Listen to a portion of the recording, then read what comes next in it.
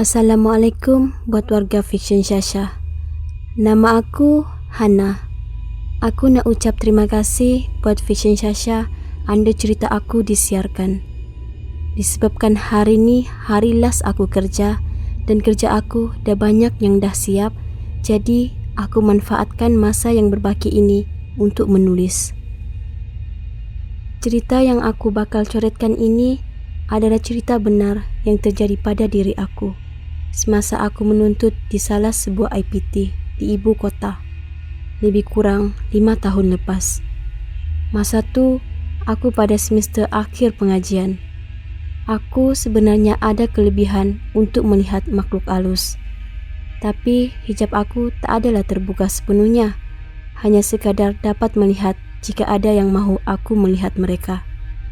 Jika ada peluang dan ruang, akan kucoretkan kisah bagaimana aku dapat melihat mereka. Berbalik pada cerita aku tadi, pada tahun akhir pengajian, aku dan 2 kawan aku telah menyewa sebuah rumah di belakang kolej kami kerana ingin menukar selera dan ingin merasa tinggal di rumah sewa setelah hampir 3 tahun tinggal di asrama.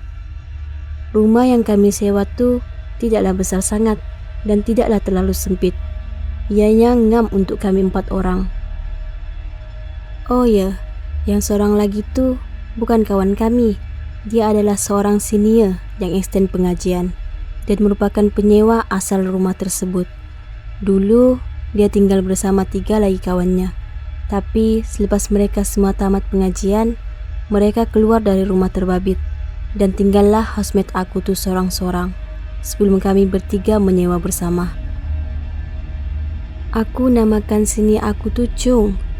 Dia tua 2 tahun dari kami. Bukan beragama Islam dan merupakan orang Sabah. Kawan aku yang lagi 2 tu aku namakan Zulaikah dan Nabila. Untuk pengetahuan para pembaca, aku dan Nabila merupakan bisnis partner. Kami berniaga nasi ayam bersama-sama. Oleh kerana pada semester akhir kami tidak mempunyai banyak kelas, jadi aku dan Nabila bersepakat untuk memulakan perniagaan nasi ayam. Dan disebabkan kami tinggal di rumah sewa, itu menjadi bonus buat kami kerana kami boleh memasak. Jadi, setiap hari pada waktu pagi hingga petang, kami akan mengambil order dahulu untuk dihantar pada keesokan harinya. Kebiasaan kami akan menghantar makanan pada waktu makan tengah hari atau malam, bergantung kepada jadual kami. Dan pelanggan kami merupakan student yang tinggal di asrama.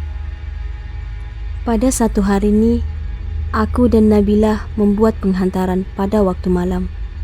Kami keluar rumah selepas solat maghrib dalam pukul 8 malam. Kami berjalan kaki ke asrama melalui pintu belakang asrama. Perjalanan dari rumah sewa kami ke asrama hanya mengambil masa 5 minit dan kami terpaksa melalui satu pokok besar yang dikatakan berhantu oleh rata-rata pelajar di situ.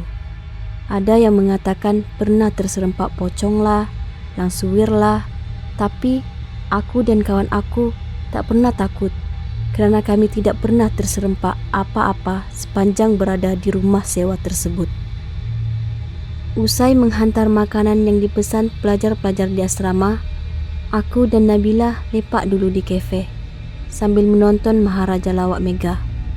Selepas sedar yang jam dah menunjukkan pukul 11 malam dan aku belum solat isyak, masa tu Nabila cuti, kami terus bergegas pulang ke rumah sewa. Semasa melalui pokok yang besar tu, aku dah rasa lain macam. Lepas tu, mata aku ni mulalah gatal, melilau tengok sana sini. Sampai je mata aku tengok pokok tu, aku ternampak susuk perempuan berambut panjang dengan muka yang hodoh dan menyeramkan sambil tersenyum sinis menunjukkan gigi taring dan matanya yang merah menyala melihat kawan aku Nabila. Tapi aku heran sebab dia sedikit pun tak pandang aku. Lepas tu aku buat bodoh je lalu depan dia macam tak ada apa-apa berlaku.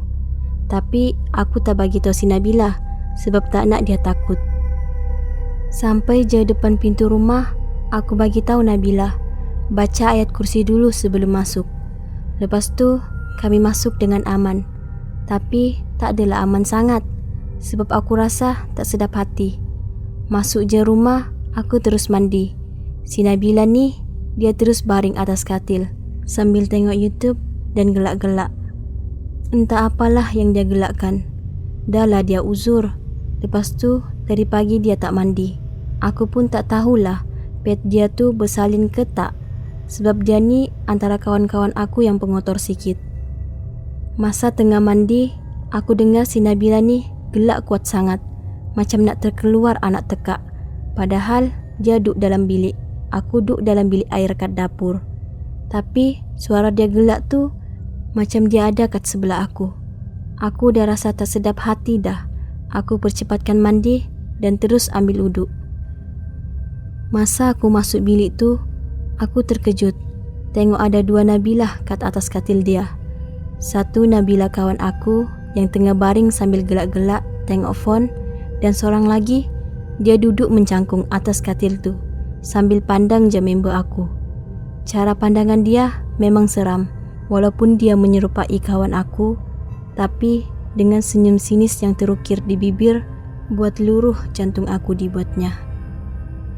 Selesai solat, aku masih nampak Nabila satu lagi tu. Dia seolah-olah suka dengan member aku. Dan sepanjang aku solat, memang member aku tu asyik gelak je. Kuat pula tu. Biasanya dia hormat orang tengah solat. Ini tak, macam tak hiraukan aku je. Lepas tu, aku tanyalah member aku, apa yang seronok sangat gelak tu. Dia bagi tahu aku, dia tak rasa kelakar pun tengok IG tu. Tapi, entah, dia rasa macam nak gelak. Aku dah tak keruan dah masa tu.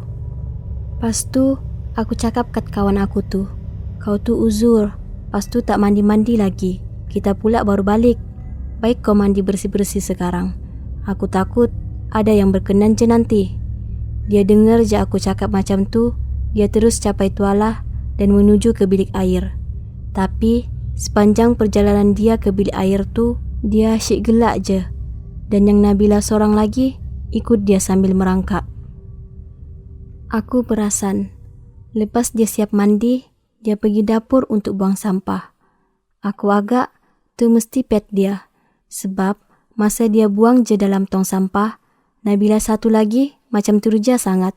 Korang pernah tengok tak anjing masa orang nak bagi makanan? Macam itulah reaksi Nabila lagi satu tu. Lepas tu, dia terus korek sampah tu, ambil pet tu dan macam tengah hisap something dari pet tu. Bila aku tanya member aku, ya, memang dia tak cuci pun pet tu. Lepas tu, belum pun sempat member aku tu pakai baju, dia cakap kemaluan dia sakit. Aku syak, tu mesti kesan dari benda tu hisap tadi. Dalam 15 minit macam tu, aku tengok benda tu dah tak ada. Dan kawan aku pun dah kembali normal. Jadi, kesimpulannya, jagalah kebersihan, terutamanya kita yang perempuan ni. Lagi-lagi masa period. Pet tu pastikan basuh dan bungkus ketat-ketat dulu sebelum buang. Sebenarnya, ada lagi kisah yang terjadi antara aku, Nabila, Sulaika dan Chung. Nanti ada masa aku tulis lagi.